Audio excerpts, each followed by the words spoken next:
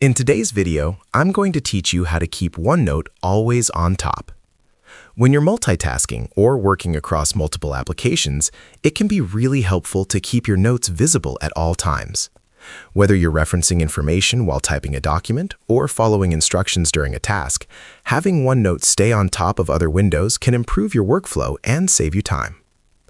To begin, open your OneNote application and navigate to the page you want to keep visible.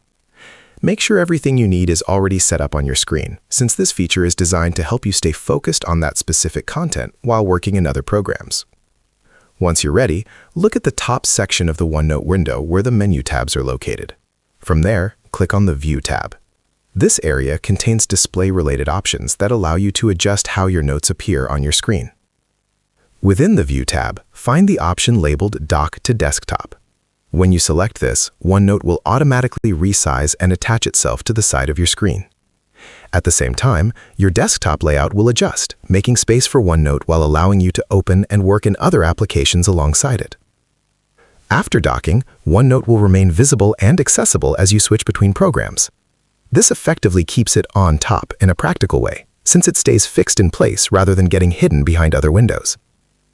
You can now open another application, such as a browser or a document editor, and continue working while your notes remain in view.